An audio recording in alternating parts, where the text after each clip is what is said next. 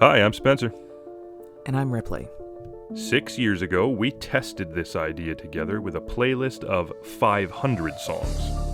Now the playlist has grown, changed, and doubled in size, and I don't know all the tracks anymore. Each episode, we listen to one or two of the songs from the updated playlist to see what stories, memories, and emotions they unlock. Two friends. One playlist. This is Heart a Track.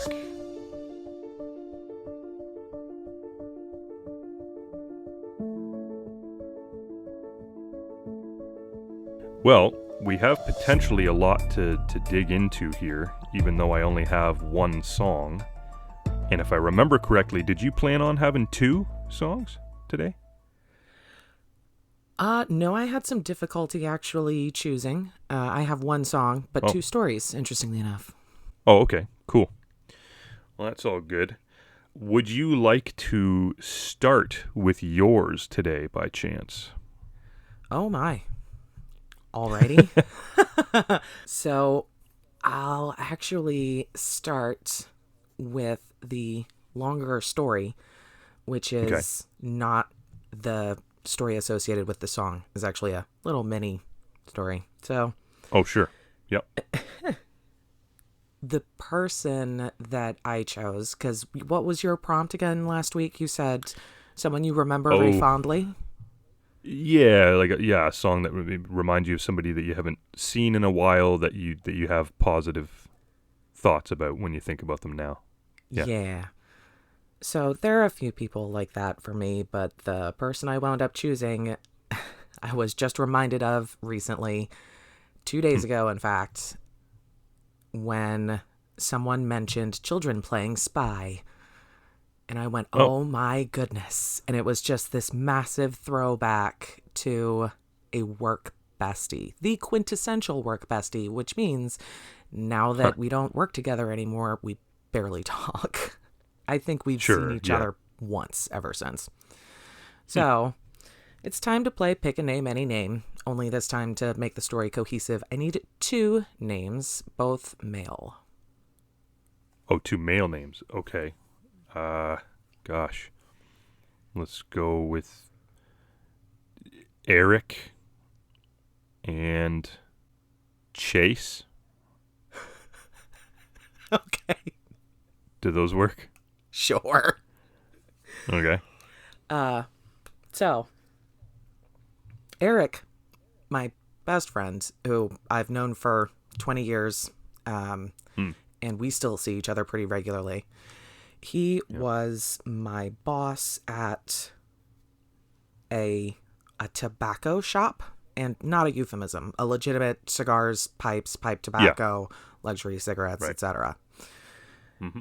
And during the 8 years that I worked there, for most of them, because I believe Chase left a couple years before it went down, but he and I just clicked, hung out all the time, at work, sometimes outside of work, but we just got along really famously. He grew up with a twin sister, and she had moved out to the West, and so he kind of had, I don't know, a close sister hole. Okay, yeah. And that I sort of filled sometimes. So one day at the shop, the three of us, Eric, Chase, and I, are sitting around, and Chase tells us this story of when he was a little kid, and he, for his birthday, which is relatively close to Christmas and usually gets overshadowed, so, he either gets, gifts and, what are we going to get you for your birthday? And one lousy token gift for his birthday. But something his father gave him was his father's old briefcase. Oh, yeah. Presumably because he got a new one for Christmas, but we'll just ignore that. Okay. Just one of those super basic brown leather briefcases with a combination lock. But, he's a kid. Those things are cool, kind of. We didn't have a lot to do back then. So he goes to the park one day, and he's playing Spy with his friends, which incredibly. And what is playing spy? Like Right? just pretending that you are a spy? Yeah, yeah, I guess. It was Okay. the Not only like time. I Spy. What? Not like the game I Spy. Correct. It is Okay. not the game I Spy. It's playing Spy, which is something I had never heard before until Chase brought it up. And Okay. then 2 days ago, it was brought up to me again. Someone mentioned kids playing Spy. I'm like, is that really a thing? All right. So apparently it is. They're out in the park Okay. playing Spy. Chase has his little briefcase. Mm-hmm. He's a little kid. He loses it. Goes home. Forgets about it. Oops. Oh. Lost his brand new toy. And he went out on a walk with his mom later. And they passed by the park and stopped to watch because the bomb squad had showed up Oh. because someone had abandoned this briefcase, Right. which, because it had a combination lock, couldn't be opened. Yeah. So they contained the briefcase and blew it up. What? They blew it up. Hold on. For real? It blew. They literally like exploded it. Yes. What the hell? Okay. They couldn't confirm that they could safely get into it to disarm it. Yeah. Right? They couldn't confirm whether it actually was a bomb or not, but in order to minimize the risk, they contained it and set off a little explosion to blow it up. Wow. Terribly traumatizing for poor Chase, who of course didn't want to say anything. He didn't want to be like, excuse me, Mr. Bomb Squad man. It's just my empty briefcase that's playing Spy. Yeah. Yeah. So 1 year, Eric and I decided to go up to the bakery about a block away, which was owned by a dude who won some baking reality TV show. Like, they were amazing artists over there. Okay. And we had them make a cake that looked like a briefcase, which is kind of rude when you go up to an incredible artist that works in a medium that's typically just a rectangle and be like, hey, can I get a rectangle but brown? With a handle. Yeah. To be fair, Eric did ask about an exploding briefcase, but that apparently would have added, a whole figure to the price. So Yeah. Yeah. we didn't do that. But we get him this cake. His birthday's on a Sunday. It's just him and I working. Chase and I. Yeah. He's a little late, but he's prone to it. I run up to the bakery, grab the cake, bring it back, hide it in like the far corner of the basement under a box. Yeah. Take a picture of it, send it to Eric, and Eric calls me. And I'm like, hey, yeah, got the cake, everything's good. Oop, Chase just walked in, make it quick. What's up? Eric's like, it says happy birthday. Oh. Yeah? He goes, it's supposed to say happy 25th birthday, Chase. Oh, Okay. I don't care. He's like, take it back and make him change it. Oh. Oh, what? No, dude. Listen. Chase is here now. I don't want to have to run some farce where I sneak out the back with a 40-pound cake held in the only way that you can hold a cake, destroy my forearms and possibly the cake. Okay, the fact that it says happy birthday does not wreck this cake. No. Me having to take it on 3 more walks around the block might if I drop it. Right. And he's like, I'm like, what? And he just wouldn't budge. He's like, just do it. Just slip out. I'm like, fine. So I get it switched. It's all good. I nearly dropped it on my way back. Oh. But I made it. It said, happy 25th birthday, Chase. I can finally relax. All the pressure is off of me. Put it back in that little corner all the way back in the basement by the air intake and go upstairs on a lovely December morning. The heat kicks on. Oh. And Yeah. Chase goes, do you smell caramel? Uh, Hey, it's your birthday, right? We should have a cigar. uh, But the party went off without a hitch, and we all had a great time, and we were fairly close knit. I think we went through a couple of that first year that after the bakery moved in, we just rotated out going big for everybody's birthday, just to see the cool yeah. cakes. But Sure. one of Chase's big things was he was very much a pyro. Working in a cigar shop, there's a lot of downtime, a lot of things that are Yeah. fire, Right. and no smoke detectors. Oh, right. So he decided he would frequently just be lighting off little strips of cedar. One time, for some damn reason, he put some ice or snow from outside in a cigar box and doused it with Zippo fluid to see if it would light. Okay. Which, silly idea. A little fire marshal Bill. Yeah. Yeah. So, one day after close, he decides to take some of the grain alcohol that we use to clean out pipe stems and lighters and whatnot, Mm-hmm. and pour a line of it all the way down the bar, which could seat 6 or 7 people. Yeah. And it's granite or marble. It's something that's not going to get harmed by it, and everything was fine. But he Okay. lit the whole bar on fire, and this wall of fire just went up. Whoa. Quite the spectacle. I will never forget, especially since I, to this day somewhere, have a video of it. Oh, yeah. And we had a randomized Spotify playlist going in the background.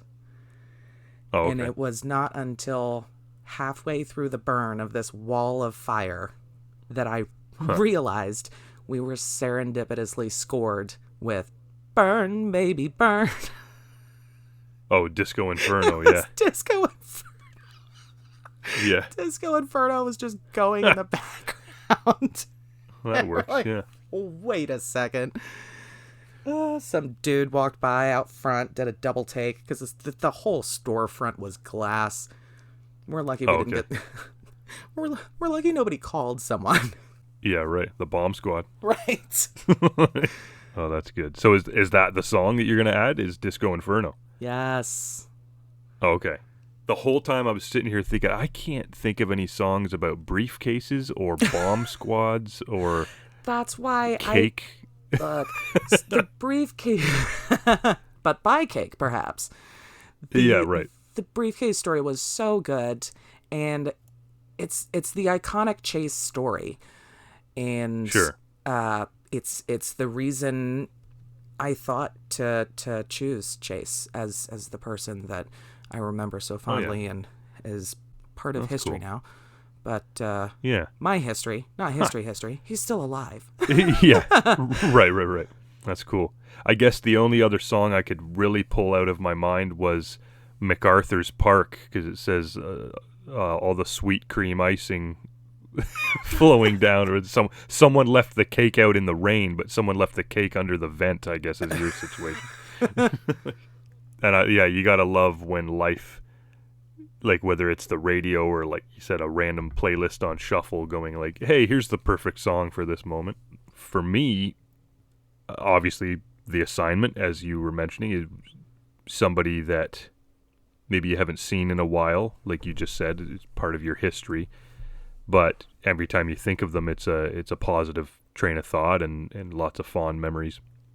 And the reason I gave you that prompt was because I could not help when I was constructing the Heart of Track playlist but put this song in here. Most people would think, oh, he has that song in here, I guess because he must love that musical or that movie. It's both. And for me, I'm not huge into musicals. They have to have a certain theme or aesthetic or something that makes me go, oh, I would sit through an entire show where people break out into song over that subject matter. Well, there's just certain musicals that make me kind of want to rip my head off, but there's other ones that I'm like, okay, I do have a favorite musical. We'll get there at some point, but we won't talk about it today. So way back in, I'm going to say around 2010, maybe 11-ish, I was in my 5th year of high school. How I mentioned that I took a 5th year so I could hang out with my sister in high school while she was in grade 9. Having made that choice, obviously that opened the door to meeting a whole other group of younger people. I don't want to say kids because we're all teenagers that came into the high school, keeping in mind I had been there for 4 full years, and in comes this whole other group of new people, as that happens in high school. Hi. And we lived in a very, and when I say small town, I mean it was a gas station and like 25 houses. And we had moved out there little while after I had started grade 9, but I didn't really know a lot of like the other kids, the other teenagers that lived in that community, because it's so small, right? Like when you're that age and you live in a really small town, your instinct is like, get me out of this town, right? So a lot of people, they didn't spend time in the town, right? Like there's nothing to do. Yeah. So I knew a couple kids who lived in the vicinity of this small town who, like, obviously because they were on my bus, and it was a 45-minute long bus ride from this small town into my hometown where the high school was. And I knew this one guy, and I haven't been given permission to use his name, so I won't.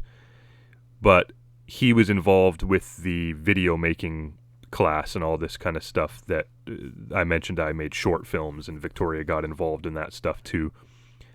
And I didn't know that he had a younger sister until I took my 5th year, and she was in, I want to say, I'm going to get this wrong and she's going to be mad at me, but I forget how much younger than me she is. It's not by a landslide, but it's like 4 years or less, I could have this wrong, and I'm feeling really stupid for that. But, so my 5th year of high school starts, and it's Victoria's 1st year of high school. Mm-hmm. There's a whole bunch of new people on the bus even, right? There's this one girl that I notice very early on, and I think she's stunningly beautiful, and she's very like chipper and upbeat, and she was sitting at the front of the bus. Now, I was a 5th year, right? So everyone kind of knew the back seat of the bus. That was my seat, I'd sit there with my headphones on every morning. And I'm noticing this girl. I have no idea what her name is, but I'm getting this energy from her. And so I asked her one day, like, hey, do you mind if I sit with you, or would you like to come sit with me? And she had this like, oh, you're the guy from Saints TV, like you make the videos and stuff. And I was like, yeah, but I don't know who you are, so I'd like to sit with you. Now we're gonna call this girl Enid, Enid, okay? Okay. For reasons that will make themselves more clear in the future. So I was enthralled by this Enid girl, so much so that I did have a very short-lived dating relationship with her. She was very close friends with Emmeline, and Emmeline is the real name of this person, and she's given me full-blown permission to talk about her on the show. So thanks, Emmeline. Hi, Emmeline. Hi, Emmeline. Now, she's going to love that. She's a fan of you. Oh. Yeah. Now, in the meantime of me having this headache of a relationship with Enid, Emmeline has feelings for me as well. I'm unaware of this because I fucking suck at registering when someone has a crush on me. I've never been able to tell that, ever. Oh, that's the Unless a girl comes up... Because I Yeah. also have that affliction.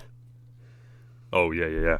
You have to come up to me and say, I have a crush on you, or I'd like to go out with you, or I was thinking about you recently and I think I have feelings for you. You have to be so clear with me in order for me to go, oh, okay, that's reality.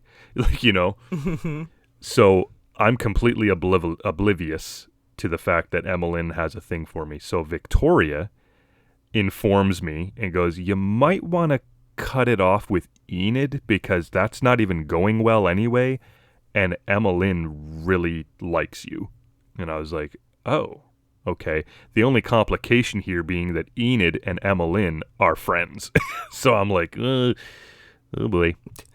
So there was a little bit of trickiness there, and that'll paint itself more clearly in other songs we'll have in the future. This is, again, a baseline introduction of somebody. So I call it off with Enid, and that goes pretty poorly. She was upset, and there was some animosity and, flared nostrils and red eyes and all that, steam coming out of her ears. But I didn't really care because now I could pursue Emmeline. Now, I use that term, I should say, really, she pursued me, okay? Mm-hmm. We would sit on the bus together and share headphones, like a headphone splitter, and listen to various songs, all kinds of songs that, again, lots of them will come up in the show in the future, on the show in the future. I think she was sharing her headphones with me this one particular day, and this song comes on, and I'm like, what the hell is this? It was weird, which, hey, I love weird, but I had never heard this, so it was extra weird. And she's like, oh, this is from my favorite musical. And I'm like, this is a musical? Like the actual true definition of musical? She's like, yeah. I'm like, okay.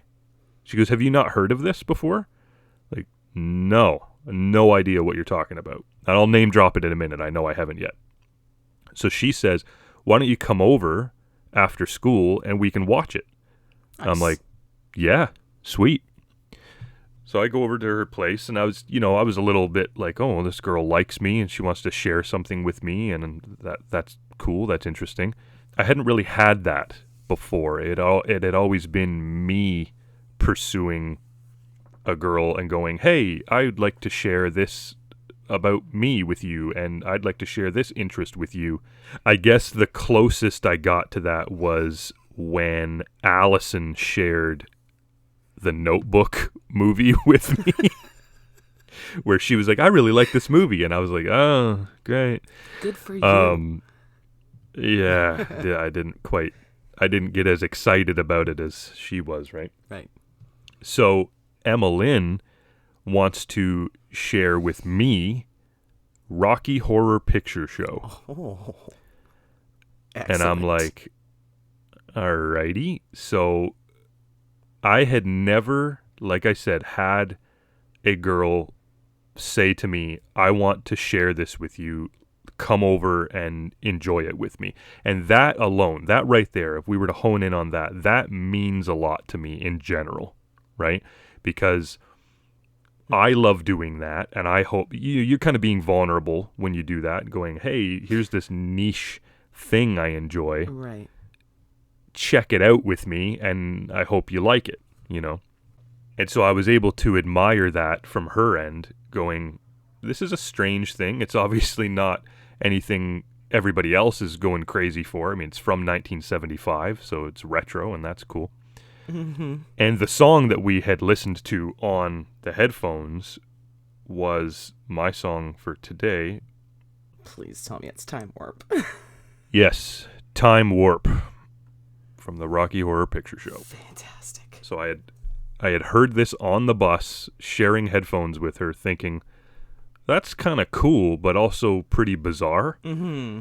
And that's when she said it's from one of my favorite musicals, if not her favorite. I think I just spoke to her today, actually, this morning. We were on the phone this morning talking about several things. So I sit down at her place to watch this movie with her, and these big red lips show up on the screen, and I'm like, what the hell? And we watched the whole thing, and I'm like, what a weird fucking movie.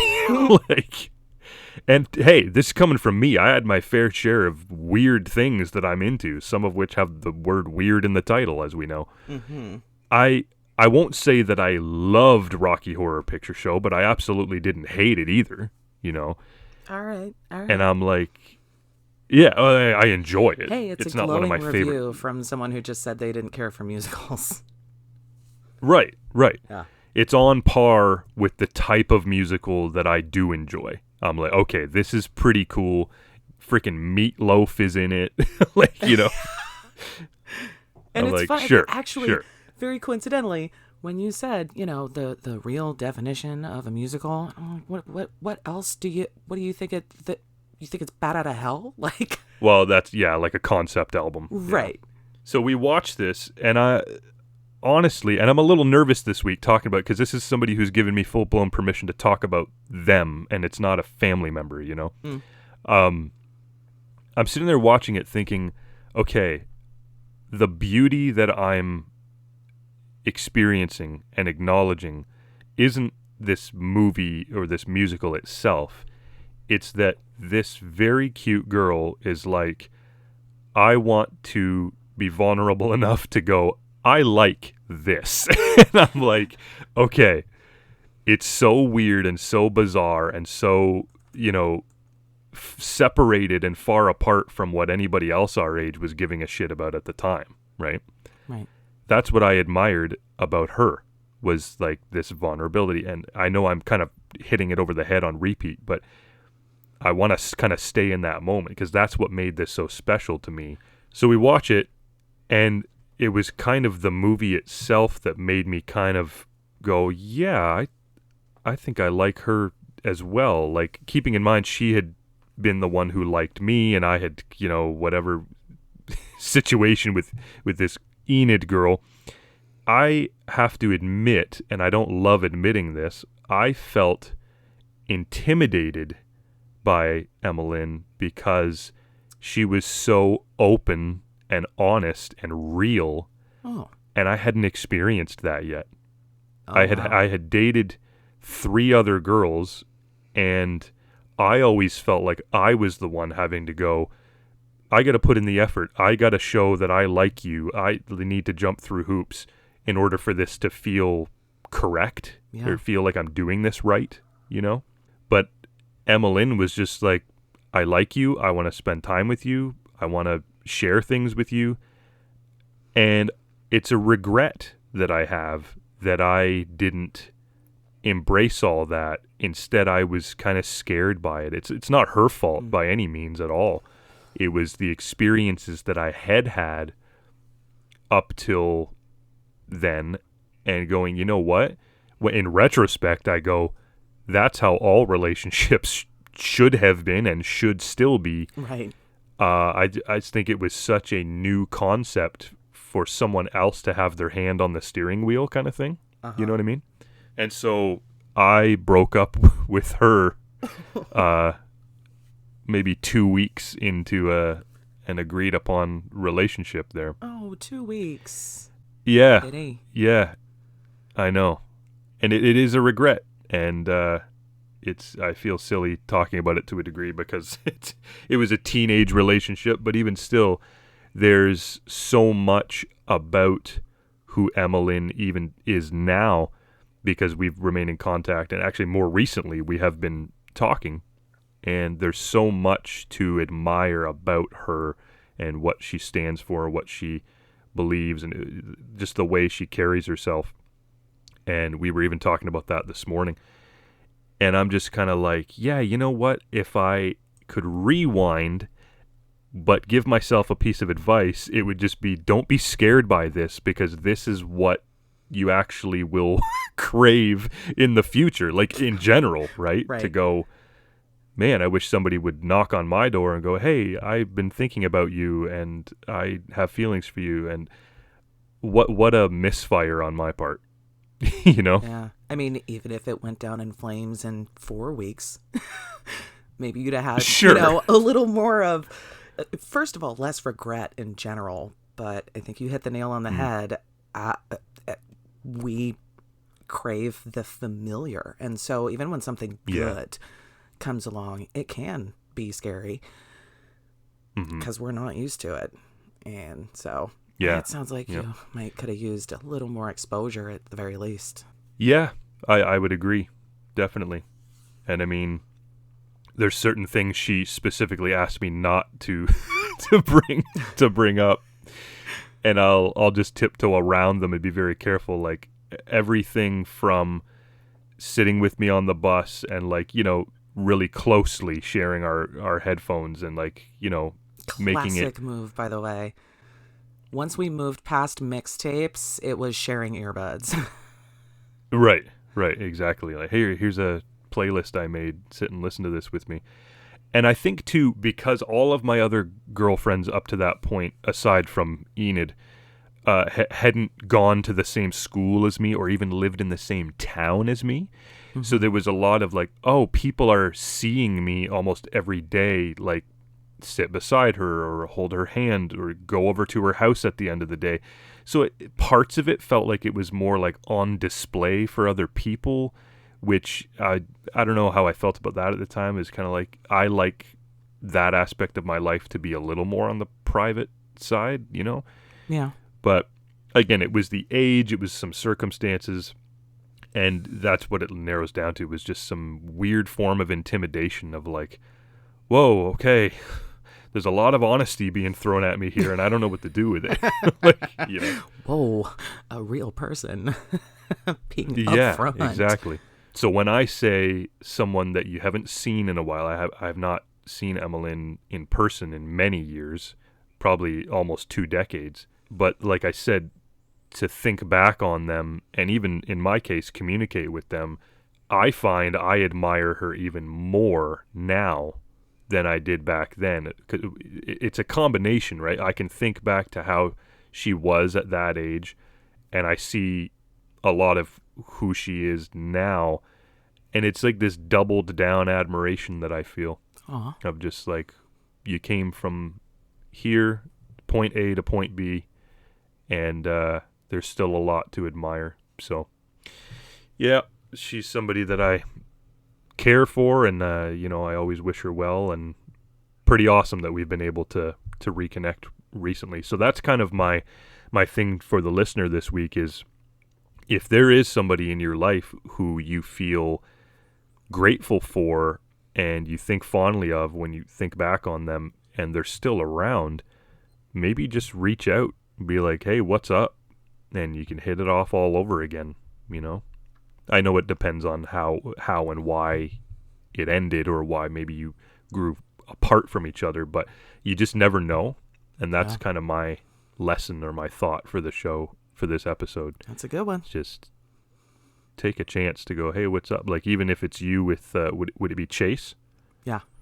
I would encourage that if that's even possible for you. I just texted him yesterday. Oh, solid. To be like, can I get Nice. a quick refresher? Why were you out again? Were you walking the dog? You don't know where everybody's at this day and age if you haven't spoken in a while, but it's better to say yes to it than say no to it, and you just never find out. Yeah. So in general, thanks, Emmeline, for being a extremely cool person, and I'm sorry that I was intimidated because there are many times where I think to myself, man, I should have stuck that out. You just, stuck with it. Yeah. Who knows what could have went differently for me if I had have, We do have an email from Emmeline herself. Oh. She sent us this email after episode 5 of the show, which was When the Music's Over. Oh, that was Marissa. one I did with Marissa. Yeah. That's when I kind of first started reconnecting with Emmeline and was like, hey, what's going on? And she's like, well, I sent you an email, and feel free to read it and use my name. And I said, well, coincidentally, I have an episode that I would want to talk about you. I just didn't have a fake name for you. And she's like, oh, don't use a fake name. Just go ahead. I was like, all right, sweet. So it is addressed to me and Marissa, but I think it's safe to say I can change Marissa to Ripley at this point. So she sent us the song World Away by Tonight Alive, and she included some lyrics here. Mm-hmm. Part of me always believed I must have brought this on myself because I'm not where I want to be. That if I get to know my pain, I unlock 100 doors to better days. My life is what I make it.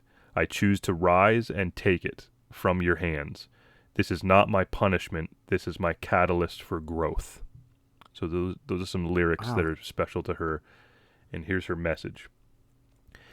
This song helped me through a lot of lows in my 20s, but one time in particular it helped was when I was in art school and living up north in a very small town. The summers there were beautiful, but the winters were brutal and isolating. At that point and time in my life, it was the most depressed I had ever been. I was so busy with working part-time, full-time 9-to-5 classes alongside partying and smoking way too much. I felt like I had no time to breathe, and also that I had blown up my life by leaving university to go to art school. I played this song on repeat because the lyrics spoke to me in a way that not many songs have. I've always been extremely hard on myself, especially academically. I was a 90-plus student through high school and was encouraged to go the academic route because of that, but it didn't bring me joy. Hence the decision to go to art school, something that did bring me joy. I felt like I was behind in life. I had graduated high school late due to a close friend committing suicide at the age of 17, something I struggled with even today, 12 years later. I also felt I had wasted 4 years in a degree I wasn't going to use. Along with all of that came a ton of anxiety and stress about whether I had made the right choice or if I would struggle my whole life to be the kind of artist I wanted to be. I felt I had brought this on myself because of my own choices and continually beat myself up about it. Listening to this song helped me ground those emotions and try to shift that energy towards the idea that I control my own future, and I'm the only one that will be able to make the change to succeed. The difficult times will help me grow and become the person I wanted to be. Eventually I got there, even though my current career choice, game artist and developer, is a mess at times. I'm proud of myself for doing the work to get to where I am today. I love every second of it, and I wouldn't change that for anything. Wow. What an incredible story of the past 12 years, Evelyn. Yeah. That's... Yep. I mean, I'm teary-eyed after reading it. I had to pause a couple times. And living the dream now, messy at times though it may be. Mm-hmm. There's, I mean, mess is less of a mess when it's a passionate mess. That, oh. That sounds like a Dr. Seuss poem. When you're doing understood something, it. yeah, when you're doing something you want to do and that you're passionate about, nothing's ever going to be absolute easy street. I'm so glad No. that you took the artistic route to get to where you got. Yeah, for sure. And again, another thing I've always admired very deeply about her is her ability to see the, beauty and artistry in majority of the things that she looks at, whether that is a movie or a song or a painting or anything. And I mean, And that's why she's very cut out for the work she does.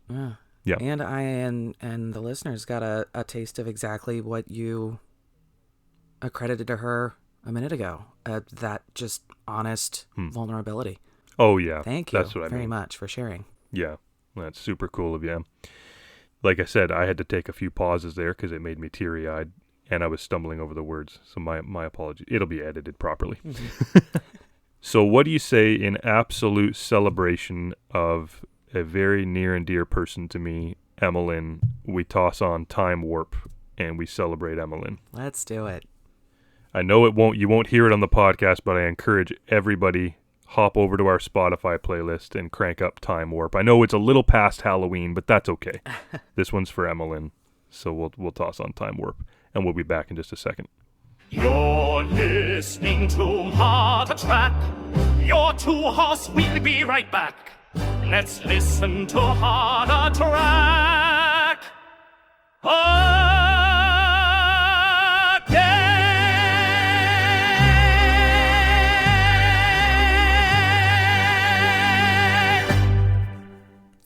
actually like to request that get added to my list. Oh, yeah? Yeah, I love that song. I really do.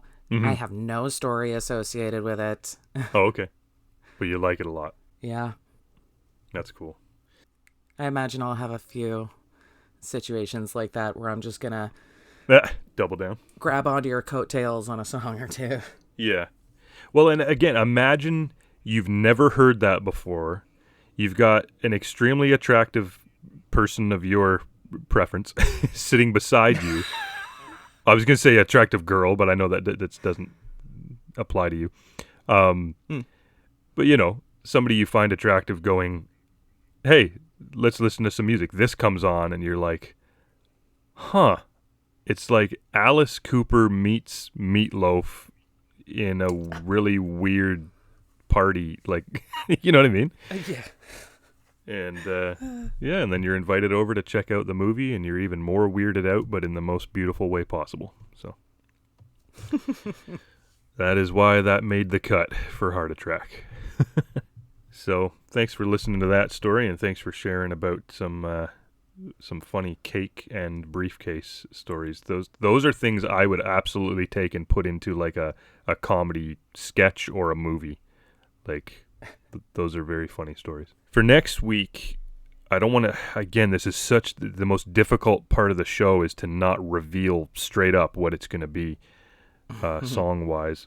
Maybe a song about your intentions, and maybe those intentions being interpreted incorrectly by others. Like your truest intentions and them being computed maybe wrong by other people. Oh, yes. Even if you don't end up having a song, I'm sure you have a story. Oh, I'm sure. It happens almost on the daily.